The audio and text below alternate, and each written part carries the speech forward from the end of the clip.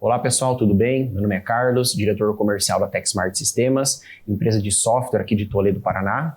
Hoje estamos com o Bruno e com o Rodrigo, nossos parceiros estratégicos na área jurídica da empresa Schmidt Bourguignon. Nosso primeiro podcast, onde nós vamos abordar práticas trabalhistas que vão fazer com que a sua empresa tenha menos problemas com os seus colaboradores. Muito obrigado, boa tarde. Prazer, Bruno, prazer, Rodrigo. Por favor. A gente que agradece o convite. Obrigado por mais essa oportunidade de a gente mostrar nosso trabalho, mostrar nosso conhecimento e levar esse conhecimento também para o pessoal, para todo empresário que precisa. Eu me chamo Rodrigo, sou advogado, especialista na área trabalhista, atuação já há 11 anos e sócio do Schmidt Bourguignon, ao lado do Bruno. Essa deixa? Bom, Carlos, novamente obrigado pelo convite, né? A gente poder conversar aqui e contribuir, né, sobre as pautas, as temáticas aí que você vai trazer para nós. Me chamo Bruno Schmidt Silva, sou advogado, sou especialista na parte de direito civil, processo civil, direito digital e proteção de dados pessoais. Junto com o Rodrigo, né, fundamos o Schmidt Bourguignon Advogados em maio de 2021 e desde então estamos na caminhada, na jornada, auxiliando principalmente empresários, né, no dia a dia ali da atuação da atividade empresarial e dando o suporte jurídico que toda empresa necessita. Legal. E para começar, com o intuito desse nosso primeiro podcast inaugural é fazer com que nossos clientes e as empresas do nosso país minimizem seus problemas trabalhistas, vamos começar agora com situações do dia a dia que vocês veem que os empresários talvez não se atentem, mas é muito importante prestar atenção para evitar um problema futuro. Exatamente, né? A gente costuma dizer que uma boa documentação, um bom arsenal ali para se defender é o principal ponto, principalmente na área trabalhista, não só na área trabalhista, mas principalmente na área trabalhista, é a forma que você tem de se defender. Então, estar preparado com relação a documentos bons, evitar modelos, fazer a coisa da forma mais personalizada possível para a tua empresa, é a forma que a gente tem de oferecer alguma segurança para as empresas. A gente sabe que no Brasil é uma coisa muito difícil oferecer segurança, principalmente quando a gente fala do judiciário trabalhista. A gente tem aquela imagem de na justiça do trabalho o funcionário tem sempre razão. Sim. Então, nossa tarefa, é uma tarefa ingrata, mas é uma tarefa possível, é mudar esse jogo. Né? Levar para a empresa que a gente tem regras que valem para os dois lados. Sim. Vale tanto para o empregado buscar os direitos dele, mas vale também para a empresa se proteger.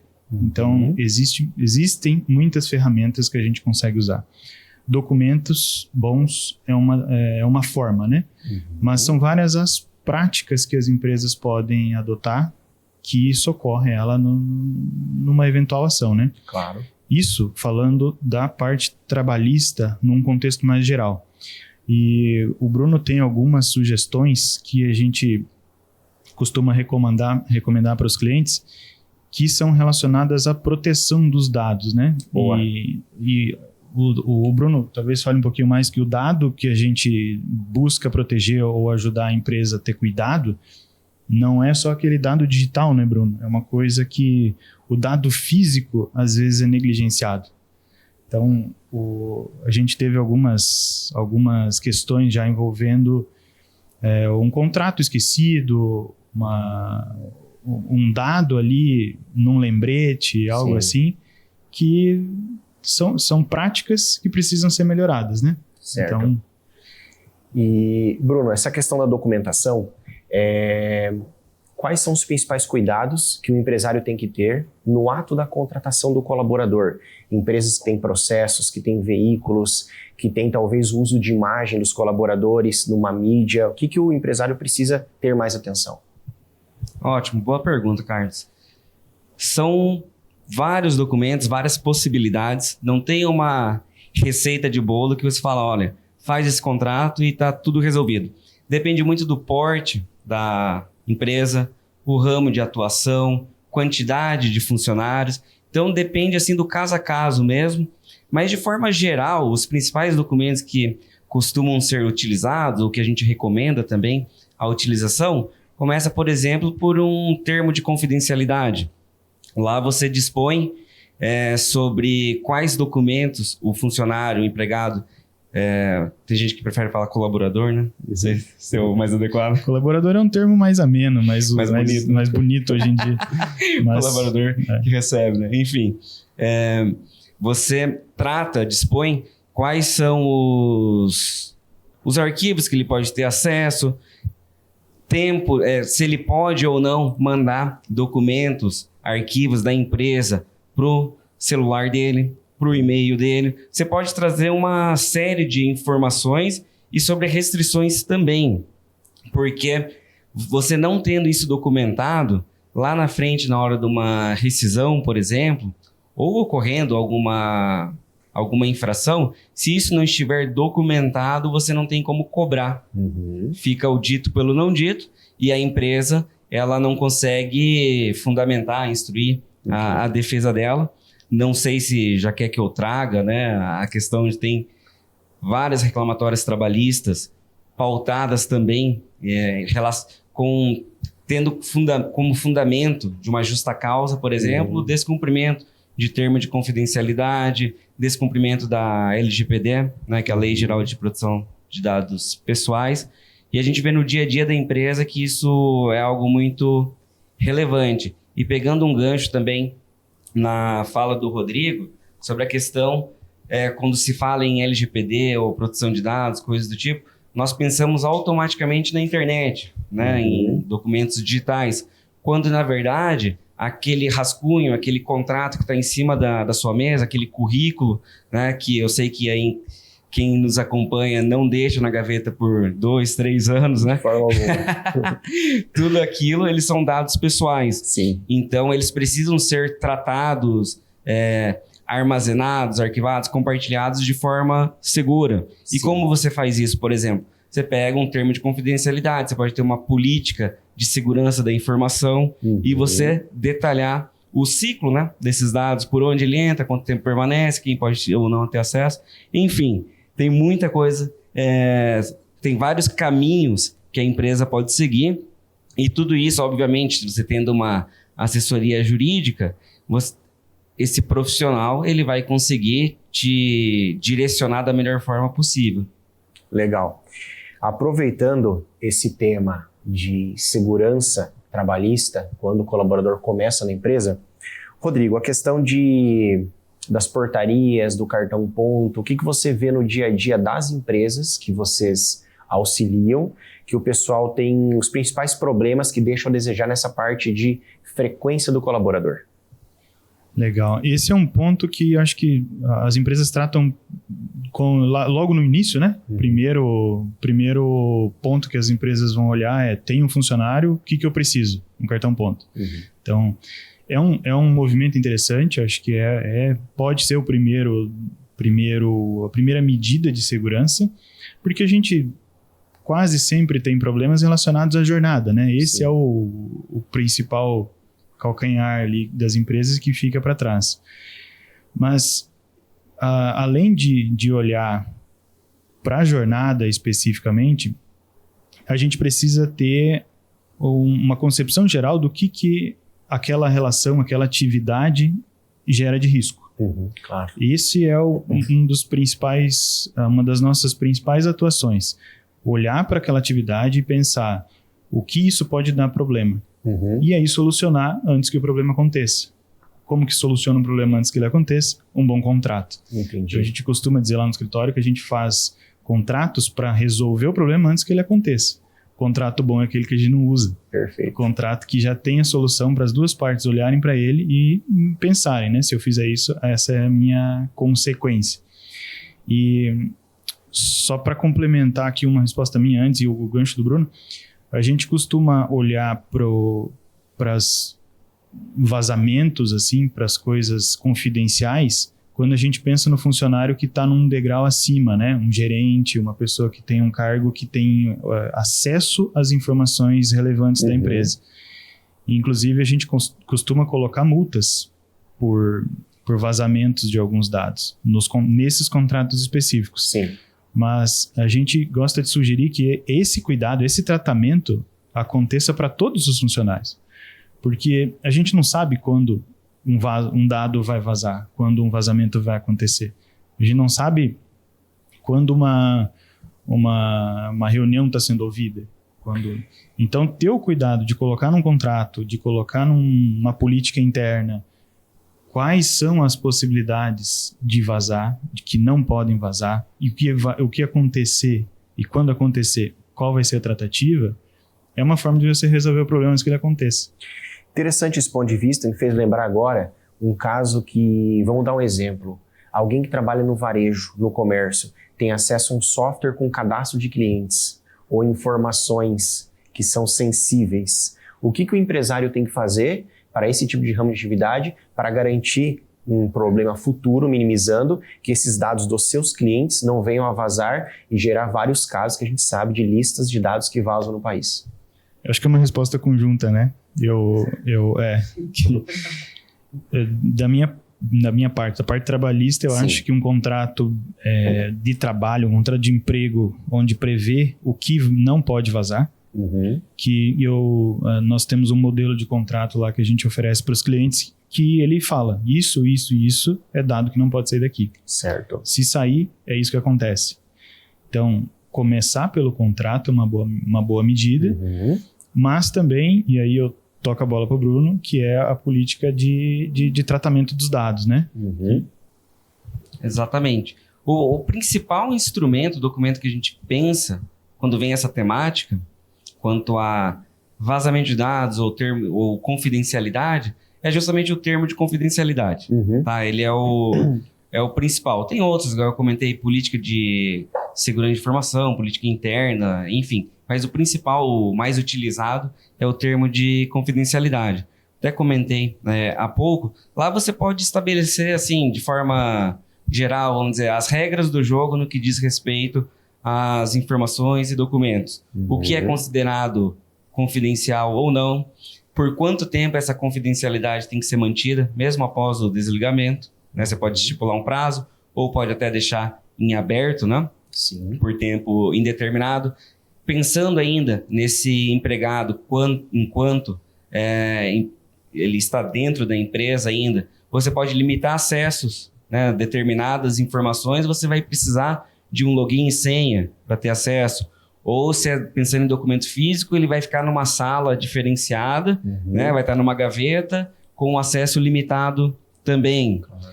Tirando um pouco o enfoque do empregado propriamente dito e pensando em sócios, você também pode fazer um termo de acordo de sócios, que é um documento super relevante, útil.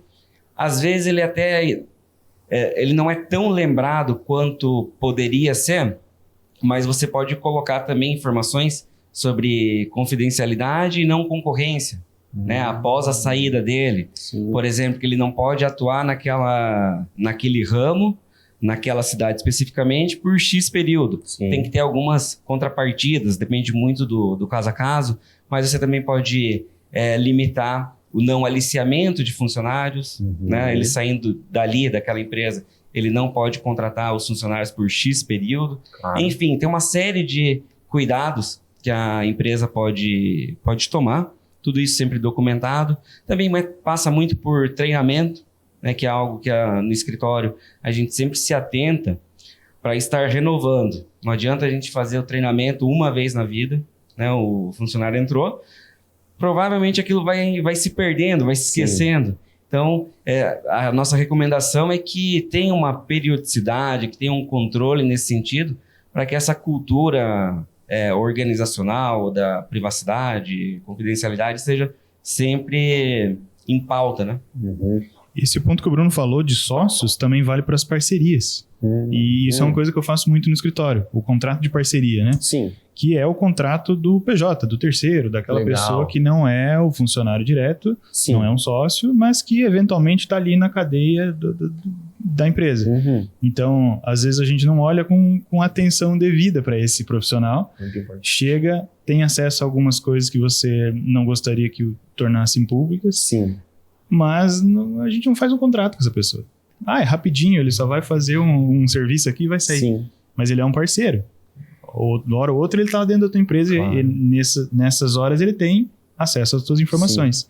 Então, ele pode ter acesso a um funcionário teu, chave no teu negócio, daqui a pouco ele alicia um funcionário e leva embora. Nossa, então, um contrato de parceria tem que ser pensado também. Isso é um tema muito importante, porque a gente está vendo, conforme o andamento, a evolução das relações trabalhistas, as empresas estão indo para essa pejotização. Então, está tendo, às vezes, demitem colaboradores formais para contratar prestadores de serviços, comissão de nota. E é muito legal isso que vocês falaram, porque eu não tinha atentado a isso, que as empresas também não abordam isso para nós, tanto a segurança, aproveitando também essa pauta dos terceiros ou dos contratos PJ, como que funcionaria? Existe um compromisso de carga horária ou de registro para esse tipo de informação? Como que funciona uma relação trabalhista de uma empresa com um colaborador PJ? Isso, a gente tem que... O meu trabalho maior, quando eu recebo esse assunto, essa demanda no escritório, é fazer o empresário entender que o terceirizado não é mais funcionário dele. Porque a gente vê esse movimento assim, agora ele é um PJ, ele se livrou do problema.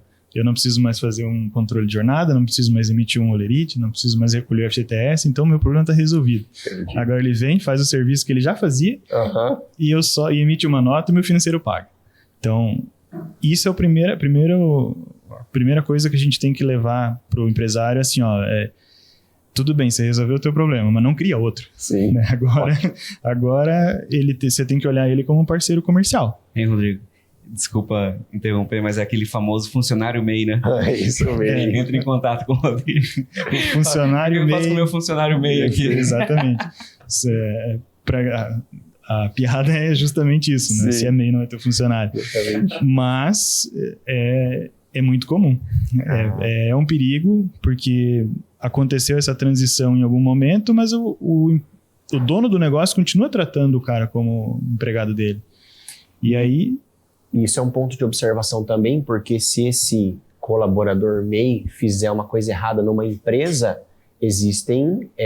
a empresa também é responsável pelo fato ocorrido, né? Sim. Porque tem um contrato com a pessoa, Exatamente. Né? A gente... entrando um pouquinho em juridiquês aqui, em algumas coisas que a gente se pauta na hora de ajudar um empresário, uma delas são as decisões dos tribunais, né? E há um tempo atrás, a gente teve uma decisão do STJ que disse mais ou menos como deve ser a terceirização. Uhum. O STJ não disse para nós assim, para terceirizar certo, você tem que fazer isso, isso e isso. Ele falou, para não terceirizar errado, você não pode fazer isso. Entendi. Então a gente faz o exercício contrário, claro. Né? A gente pega o que ele diz que não pode fazer e muda a visão disso para falar para o empresário. Para terceirizar certo, você tem que não fazer isso fazendo aquilo. E aí vai ajudando. Um dos pontos é, quando você terceiriza, cuidar para que a empresa para quem você está terceirizando tem capacidade econômica. Capacidade econômica para pagar os funcionários, para pagar imposto, para honrar um eventual dano que ela cause no teu cliente, porque às vezes você terceiriza para prestar um serviço para o teu cliente. Sim. E isso, quem terceiriza tem que cuidar. Claro. Porque senão é o funcionário MEI, né? É o cara que você não tem patrimônio nenhum, não está apto a ser um empresário, apto no sentido fático, no sentido... Claro. Né? Não está correndo risco nenhum, e ser empresário é correr risco todo dia. Então, você tem lucro, mas você tem os riscos que o lucro te proporciona. Então, um dos pontos é esse. Você não terceirize de uma forma irresponsável. Cuide da pessoa ou da empresa para quem você está entregando parte do teu trabalho. Entendido. Perfeito. Outro ponto importante que a gente, no dia a dia da TechSmart, acontece situações de talvez algumas empresas não tomarem todos os devidos cuidados com questões de horas, pagamento correto, aquela velha, esse aqui eu pago por fora, ou ele trabalha de casa, ou ele fica com o carro da empresa. Então, nessas questões de horas, pagamento de horas extras, o que vocês vem no cenário nacional que vocês veem que talvez seja uma das maiores falhas que podem gerar problema, que lá na frente do juiz não tem conversa, é causa ganha para o funcionário? É a hora, né? Justamente a hora, né? A gente vê bastante o controle paralelo, que é a praxe, né? Tem o controle formal, tem o ponto, a pessoa vai lá, mas a hora extra, coloca nesse outro cartãozinho aqui, ou me manda um ato na hora que você terminar, e aí depois a gente calcula, e aí te paga por fora, não tem imposto, você também não paga. A tratativa que todo mundo já ouviu falar em algum momento. Sim. Isso dá muito problema, porque hoje em dia está muito fácil documentar. Então, a conversa de WhatsApp serve como uma prova, todo mundo paga por Pix, isso é uma prova. O cara fala, o empregador, o dono da empresa fala, me manda uma foto de você saindo que essa vai ser... É uma prova. Então, ele está criando prova contra ele mesmo. Então, esses detalhes são cruciais. Ou a gente toma alguma atitude sobre eles, ou eles vão voltar para nós em algum momento. E não só isso, né? O que você comentou também de pagar por fora. Isso, hoje em dia, não se sustenta mais. Então, pagar um funcionário por fora tem um benefício imediato. Você tem algumas... é até ruim chamar de benefício, né? Mas você tem algumas economias imediatas. Sim. Mas eu costumo dizer também que tem coisas que não te derrubam. No mês a mês ali, te custa um pouco mais diminuir o teu lucro, mas você coloca no bolo e vai carregando. Certo. Agora, tem coisas que no longo prazo, juntadas, vira um bolo de neve que você tem que fechar a tua empresa. E aí a gente tem aquelas coisas, e se eu fechar esse CNPJ, abrir outro, continua tocando? São essas coisas que, assim, um cuidado pequeno hoje, diminuir um pouco a tua margem de lucro, diminuir o teu risco, a tua exposição, vai te dar uma longevidade maior e, enfim, é fazer a coisa certa, né? Tudo que a gente está falando aqui é fazer a coisa certa. Aí, como fazer a coisa certa? Aí tem que ter bons profissionais, tem que ter bons parceiros, tem que ter uma empresa séria que faz um controle de jornada, que mostra para ele que não é certo fazer isso. Que, tá aqui o teu controle, aqui você tá errando, você não tá cumprindo intervalos de 1 hora certinho. Vamos trabalhar nisso.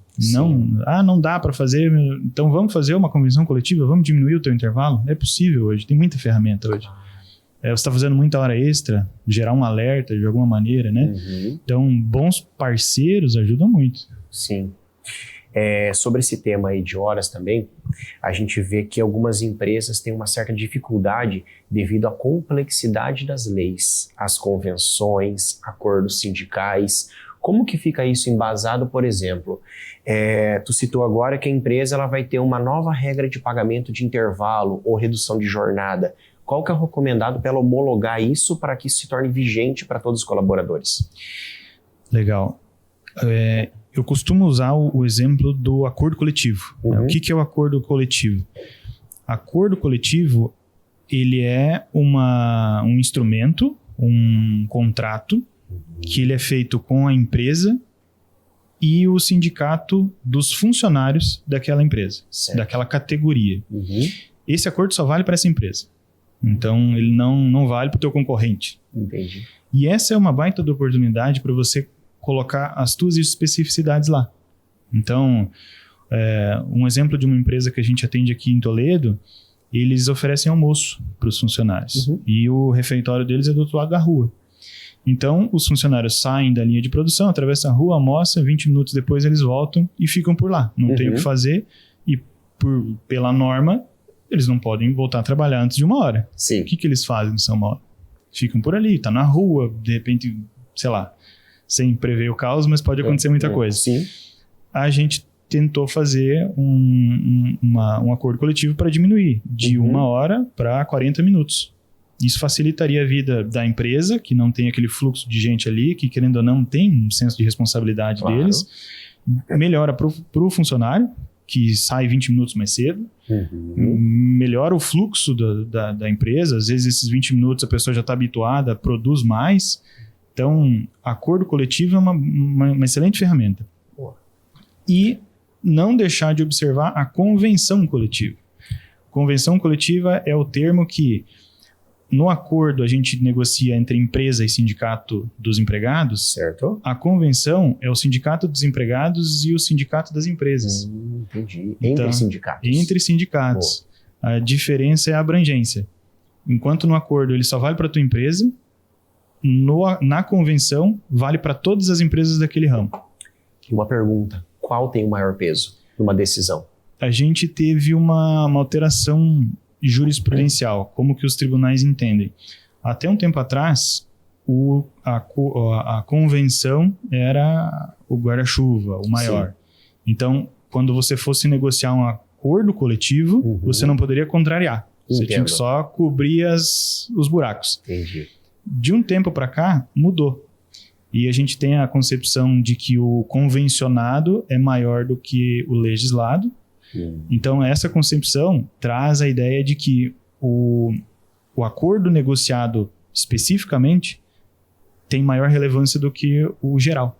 Então, a especificidade vai ser maior do que a convenção, né? Do que o genérico. E aí que a gente traz essas oportunidades. Fazer um acordo, você pode, inclusive, mudar o que está na convenção. Então, o genérico... Aliás, para falar de convenções, a gente tem que olhar ainda para a CLT, né, que é a maior, que é a lei que dita as regras da relação empregado-empregador. A gente tem que olhar a CLT, a gente tem que olhar o que pode mudar e fazer com convenção coletiva, e normalmente as empresas não têm muita gerência sobre o que é negociado, porque é um sindicato, e abaixo disso, fazer a norma específica. Então, as oportunidades vêm desde da primeira lei, a CLT. Olhar o que a CLT nos dá de possibilidade, de segurança, fazer aquilo funcionar dentro da tua empresa. Abaixo disso, a convenção coletiva, ver o que o setor regulou já por si só. E se você ainda entender pertinente ou achar que existem possibilidades, fazer um acordo coletivo. Regra que vale só para a tua empresa. Legal. E aí vai se cercando. Ô Carlos, tem um ponto que eu acho que o Rodrigo poderia até voltar a tratar de forma breve sobre a questão das horas. O controle de horas, ou a questão como funciona quando o funcionário está trabalhando de forma remota. Eu vou falar da minha parte, um cuidado que principalmente as empresas de tecnologia, né, precisam ter, mas daí o Rodrigo também, eu acho que ele poderia comentar, que eu já vi ele tratando sobre isso, sobre que tipo de assunto você pode abordar para o empregado quando ele não está na empresa, para se é considerado ou não jornada de trabalho, ou se é uma conversa esparsa, coisa do tipo. Certo. Enfim, fica a dica para você. Mas só falando da minha parte ali, por exemplo, a pessoa ela trabalha de home office a jornada inteira, e tem questões já, caso judicial, com condenação para a empresa por invasão de privacidade, um controle excessivo. O funcionário ele precisava ficar com a câmera do computador, do note dele, se gravando, né? Em tempo integral, durante o dia inteiro, né? Do trabalho dele. E naquele caso específico, o juiz entendeu que era excessivo ou não teria uma justificativa necessária ou legítima que desse, ou que fundamentasse aquele rigor no controle, e que aquela situação específica ela acabaria de alguma forma invadindo, violando a privacidade daquele funcionário. Tem outras situações, principalmente se tratando de altos cargos ou informações muito sigilosas, que a empresa, desde que tenha no contrato de trabalho ou em algum outro instrumento, a previsão de que a tela ela é printada a cada 30 segundos, 20 segundos. Enfim, coloca uma periodicidade. Também você pode colocar informação de que o que ele pesquisa ali no computador corporativo, existe um monitoramento. Então você consegue, dependendo da situação, da necessidade, do contexto, justificar um maior ou um menor controle sobre o que a pessoa pesquisa, sobre, como vou dizer, a pessoalidade, né? Se ela está de fato trabalhando ou se ela desligou a câmera e está dormindo. Depende muito do contexto. Mas tem situações em que você exigir, por exemplo, a gravação em tempo integral do funcionário pode ser considerado excessivo, e nesse caso que eu trouxe do processo, gerou, além das outras repercussões trabalhistas, indenização por dano moral, com base na LGPD, por invasão ou violação da privacidade. Certo. Deixa eu aproveitar a dica, então, né? Porque esse é um assunto bem legal. A gente tem essa possibilidade do teletrabalho, né? Que foi bastante usado, bastante útil na pandemia, mas ele é anterior já. Que teletrabalho é o nome brasileiro do home office, né? A lei trata como teletrabalho. Que é a possibilidade de trabalhar de casa ou de onde a pessoa conseguir, né? Não se exige a presença física do funcionário no prédio, nas dependências da empresa. Certo. Por conta dessa falta de controle, que mais das vezes vai existir, e o controle até da frequência, né? Não do horário, mas quantas vezes por dia. Sim. A lei diz que você não precisa fazer o controle de jornada dessa pessoa em teletrabalho. Então ele vai trabalhar 24 horas. Não é bem assim. Sim. Você não tem como fazer o controle. Essa é a premissa. Mas tem como controlar? Tem. Existem formas de controlar. Se você identifica que aquela atividade é possível o controle, a recomendação, isso não é lei, a recomendação nossa é que se controle. Então, por mais que a pessoa não esteja lá no teu ambiente, está em casa, está onde ela estiver, se tem como controlar, controle. Sim. E aí, faça esse registro, porque é uma maneira também de você se cuidar, né, se cercar de cuidados. Agora, não tem como fazer esse controle, a lei dispensa esse controle. Então, o que a gente recomenda? Não vai controlar a jornada? Beleza. Mas tenha cautela para que você também não exija serviços das pessoas de uma maneira que ela passe o tempo que ela está acordada trabalhando. Claro. Então, senão fica uma coisa abusiva. Tem que ter uma né? separação. E aí, quando a gente tira o elemento tempo dessa conta, a minha sugestão sempre para os clientes é que a gente passe a controlar o desempenho por produtividade. Então, a gente sabe quanto tempo leva as atividades da nossa empresa. Então, se a gente passa determinados serviços para um funcionário, a gente sabe até quando ele vai trabalhar naquilo. Sim. Então, vai dispensar o tempo? Então, olhe para a produtividade. E aí ele trabalha de casa de uma maneira não relaxada, né? Relaxada não no sentido ruim da palavra, mas no sentido mais sem aquela formalidade do vínculo, da presença dele ali na empresa, mas obedecendo um padrão ok, né? E isso eu acho que é uma ferramenta boa para muitas empresas. Claro. Só tem que regulamentar, porque às vezes a gente olha isso da mesma forma que eu comentei antes, que olha para o meio, né? Você saiu daqui, resolvi o meu problema, não preciso mais cuidar desse funcionário. Não é bem assim. No home office, a empresa ainda é responsável pela saúde e segurança do trabalhador. Então, ela tem que se certificar que ele está numa cadeira ergonômica, que ele está num ambiente com ventilação boa, iluminado, que ele não está trabalhando deitado, o funcionário trabalhando na cama, por exemplo. Entendi. Isso tudo é obrigação da empresa. A gente teve recentemente, né, uma ação foi bastante divulgado de uma pessoa que foi mordida por um cachorro em casa e achou que isso era acidente. Claro que isso é um exagero. Sim. Mas é pra gente olhar para isso e entender que a concepção vai longe, né? Claro. A interpretação vai longe. Muitas possibilidades. Muitas possibilidades. Então, se de um lado tem um empregado achando que ser mordido pelo próprio cachorro é acidente de trabalho, sim, e esse eu acho que talvez seja o maior absurdo que eu já ouvi, de um outro a gente não pode olhar para o funcionário trabalhando em casa e achar que não é mais problema teu. Claro. Então, tem que cuidar de todos os pontos. As despesas, se aumentaram as despesas dele, também é um ponto que a empresa tem que cuidar. Sobre esse assunto, nós temos muitas empresas que trabalham com colaboradores home office, ainda mais depois da pandemia. Então, realmente, a gente vê que é uma preocupação dos RHs. O pessoal, pelo menos, com todos esses riscos que vocês colocaram aqui, o pessoal, pelo menos registrar o ponto pelo aplicativo, que você vai ter pelo menos certeza de que ele está naquele lugar que ele deveria estar, com a localização geográfica, com a foto, que é uma maneira que não é nada invasiva, e pelo menos você vai ter pelo menos uma mínima garantia de que ao menos a jornada de trabalho ele está atestando embaixo de que ele estava à disposição da empresa.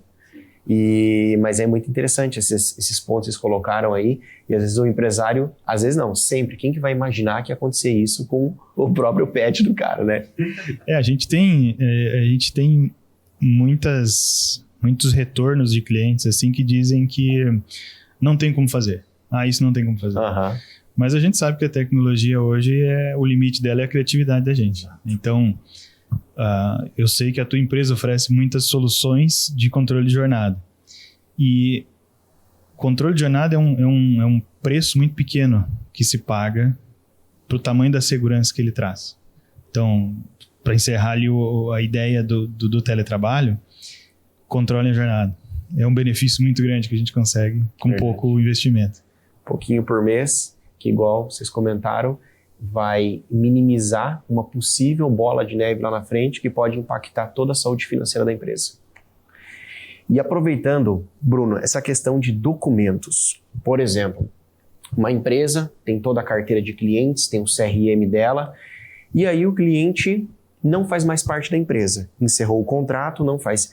O que se deve fazer com os dados sensíveis ou dados da empresa, dos sócios, de colaboradores? Quais são as recomendações para a empresa ter a segurança de que aquele ex-cliente, que aqueles dados não podem vazar?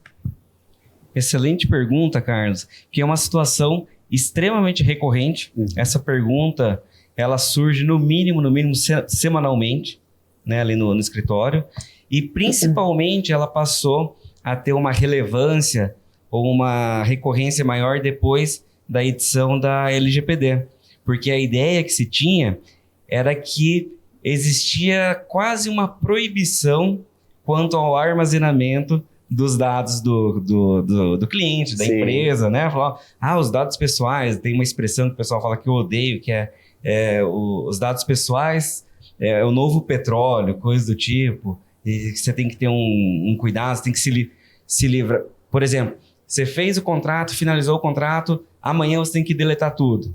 Né? Tinha muito dessa ideia. Sim. Reclame Aqui, por exemplo, a LGPD entrou em vigor, o pessoal tinha uma série de solicitações trazendo reclamações ou ameaçando que iriam processar essas empresas maiores, né? Sim. As companhias telefônicas, porque eu pedi para eles excluírem os meus dados e eles não excluíram. Uhum. A gente teve notificações de advogado pedindo para a empresa excluir dados de clientes, de funcionários, porque eles foram dispensados. Imagina. É uma questão assim que não tem lógica. Na verdade, a gente até entende qual que é o racional de quem faz essa solicitação e muitas vezes do advogado. Sim. Ele pega a lei, tá? Ele lê, por exemplo, a LGPD e ele entende que tem que existir um maior rigor com o tratamento de dados, com o compartilhamento, com o arquivamento, enfim. E ele leva ao pé da letra. Sim. Ele vê que um dos direitos do titular de dados, que é a pessoa física, é solicitar a exclusão dos dados. Ele fala, opa, tá aqui. Uhum. Vou pedir a exclusão. Sim. Só que ele ignora todo o regramento que existe na própria LGPD, que agora eu vou começar a responder mais propriamente dita a sua pergunta. O que fazer?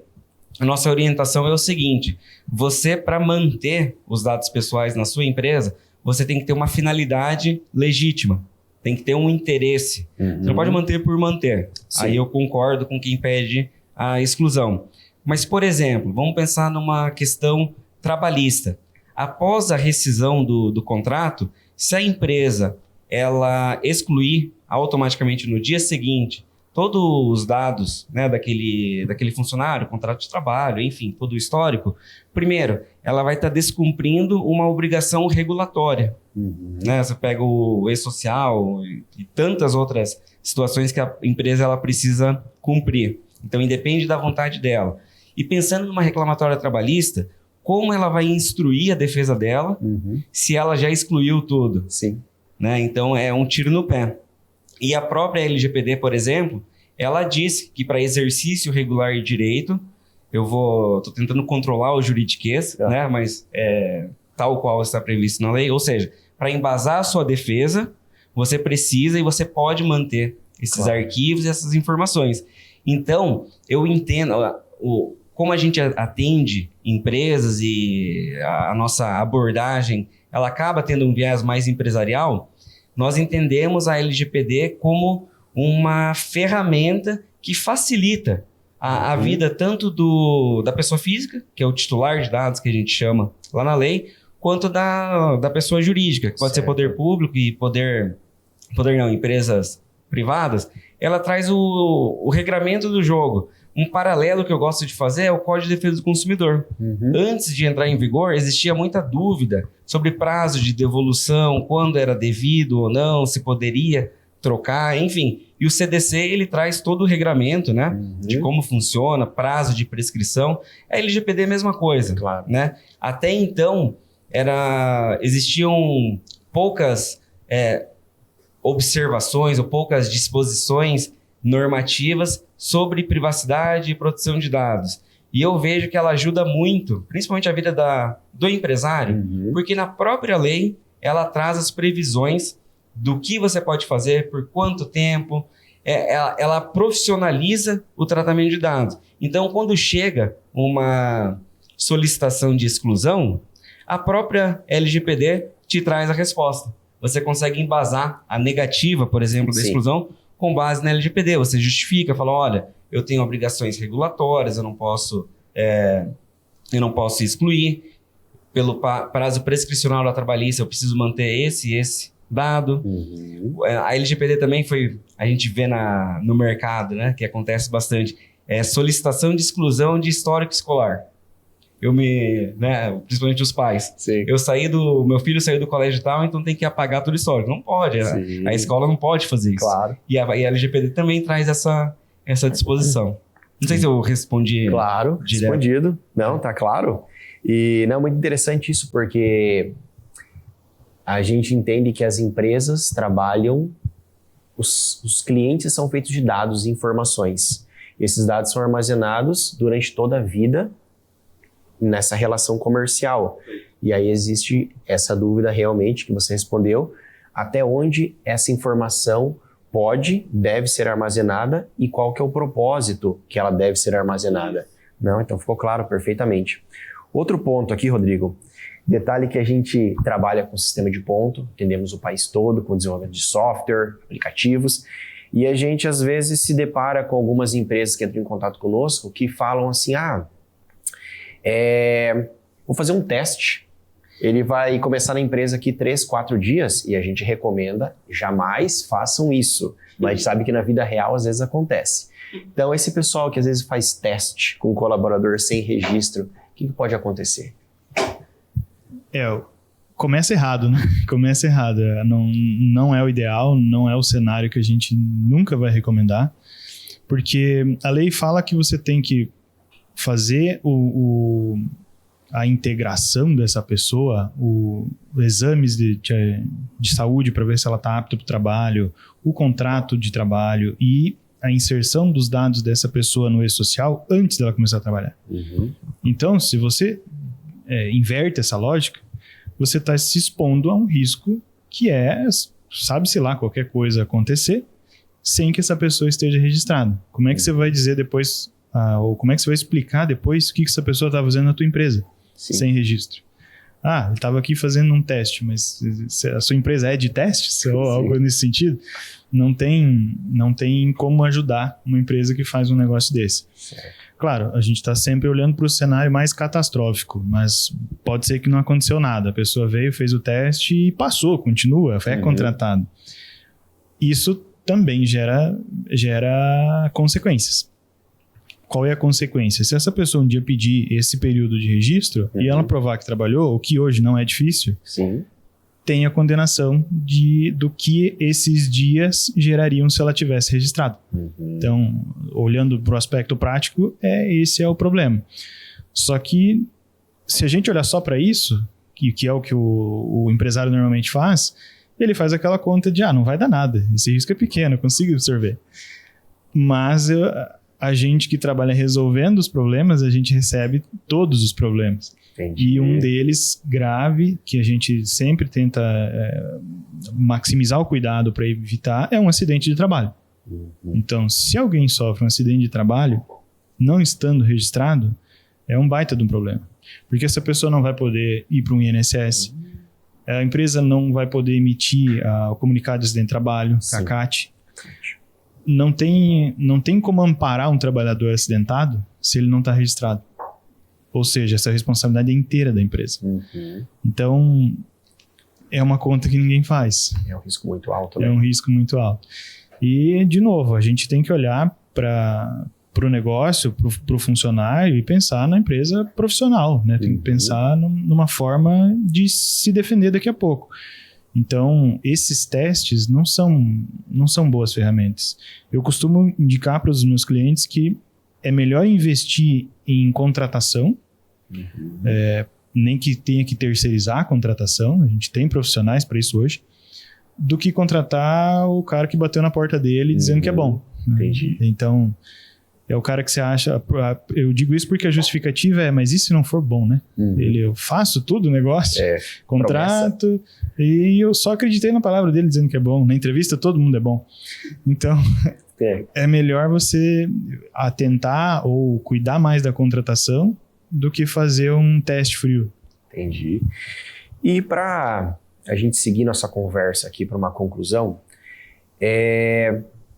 com as duas vertentes aí do direito, pensando em proteção trabalhista e que as empresas que nos assistem agora, elas consigam fazer com que seus negócios continuem lucrativos, seus colaboradores continuem empregados, tendo progresso nas empresas e essas empresas perdurem por muitos anos. O que o empresário, o que o pessoal do RH, os pontos de maior atenção que eles têm que ter com a equipe de colaboradores? Contratar um jurídico, né? Fazer esse investimento. Eu acho que essa é uma coisa, claro, puxando o jogo para o nosso lado, mas olhando para o dia a dia das empresas, muitas não podem mesmo contratar, mas se cerquem de boas práticas, assim, busquem um caminho seguro, fazer a coisa certa custa um pouco, mas não é nenhum bicho de sete cabeças.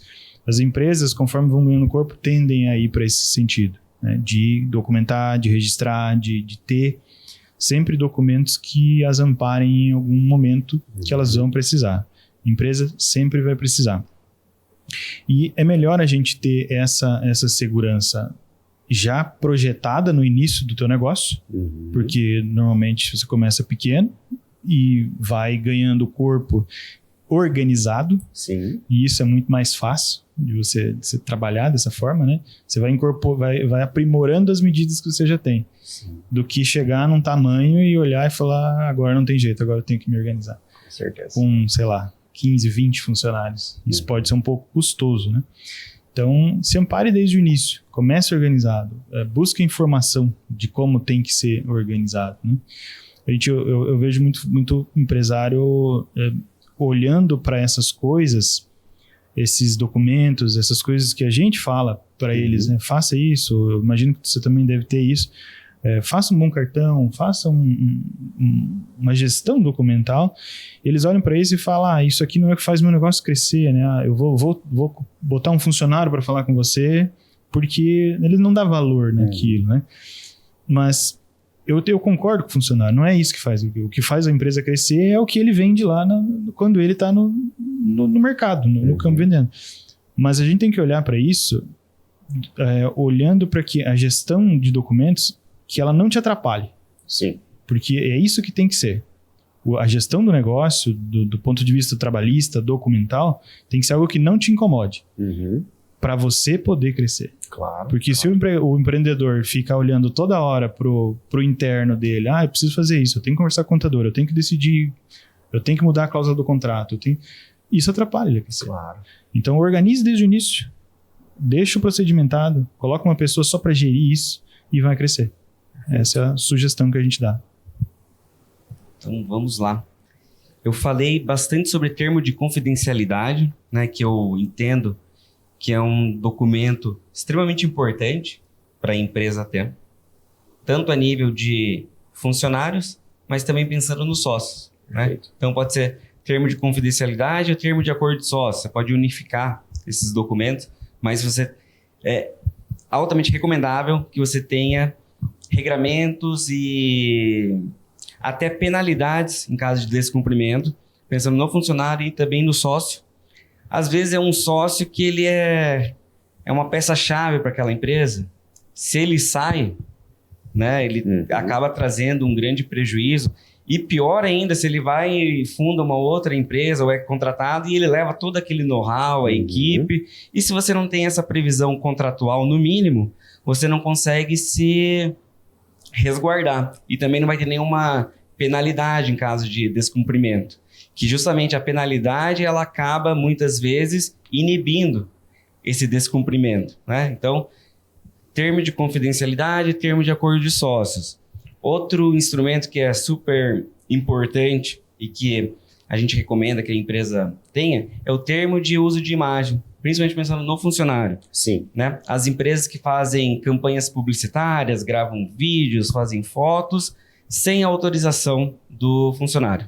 Tá? Daqui a pouco ele é desligado da empresa, ele entra com uma trabalhista e ele vai conseguir, muito provavelmente, uma indenização por utilização indevida da imagem ou não consentida dele. Sim. E às vezes a empresa ela gastou tempo e energia numa publicidade, né? Fez um vídeo bem legal, coisa do tipo, o camarada está aparecendo do início ao fim e você vai ter que retirar, né? Porque você não conseguiu, você não pegou previamente a autorização dele. Você pode deixar por tempo indeterminado, pode deixar por 5 anos, mas é importante que tenha. Sim. Outro ponto que a gente costuma recomendar diz respeito às cláusulas contratuais sobre a LGPD, pensando também no colaborador. Então, você incluir no contrato de trabalho por quanto tempo os dados pessoais dele permanecerão na empresa, para qual finalidade.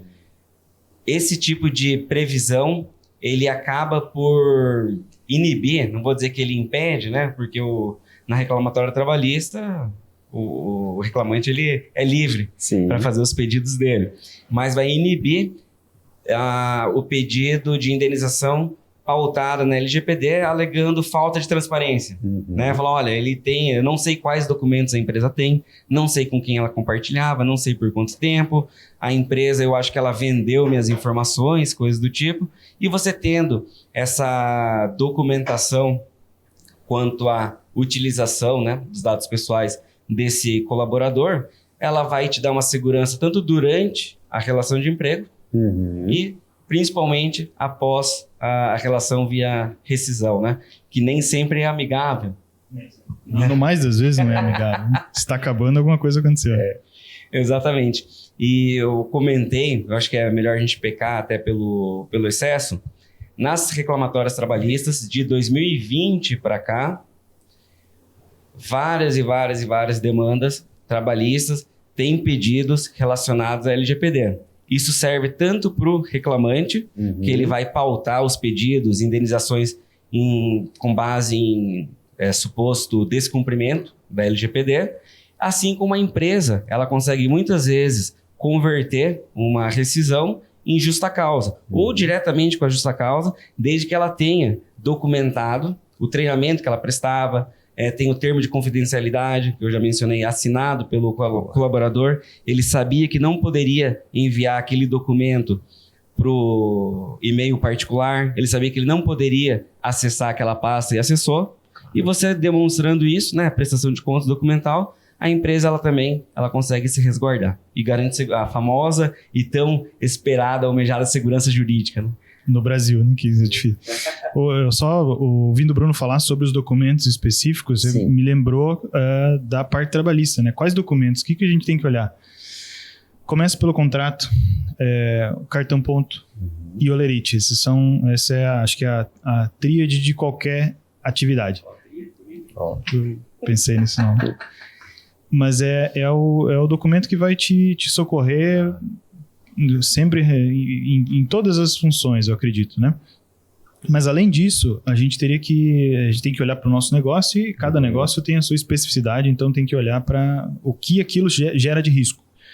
E aí a gente tem muitas opções. Por exemplo, a gente pode estabelecer as regras daquela relação a partir de uma política de prêmio, onde a gente remunera funcionários por produtividade. Sim. E aí a gente não tem limite, pode pagar todos os meses, pode pagar em dinheiro e isso não gera encargo trabalhista. Então é uma facilidade muito, muito legal para incentivar o funcionário a trabalhar, Boa. pagando mais e não pagando imposto. Eu acho que isso é uma coisa muito, muito interessante. Empresas que trabalham com frota, política de frota bem estruturada.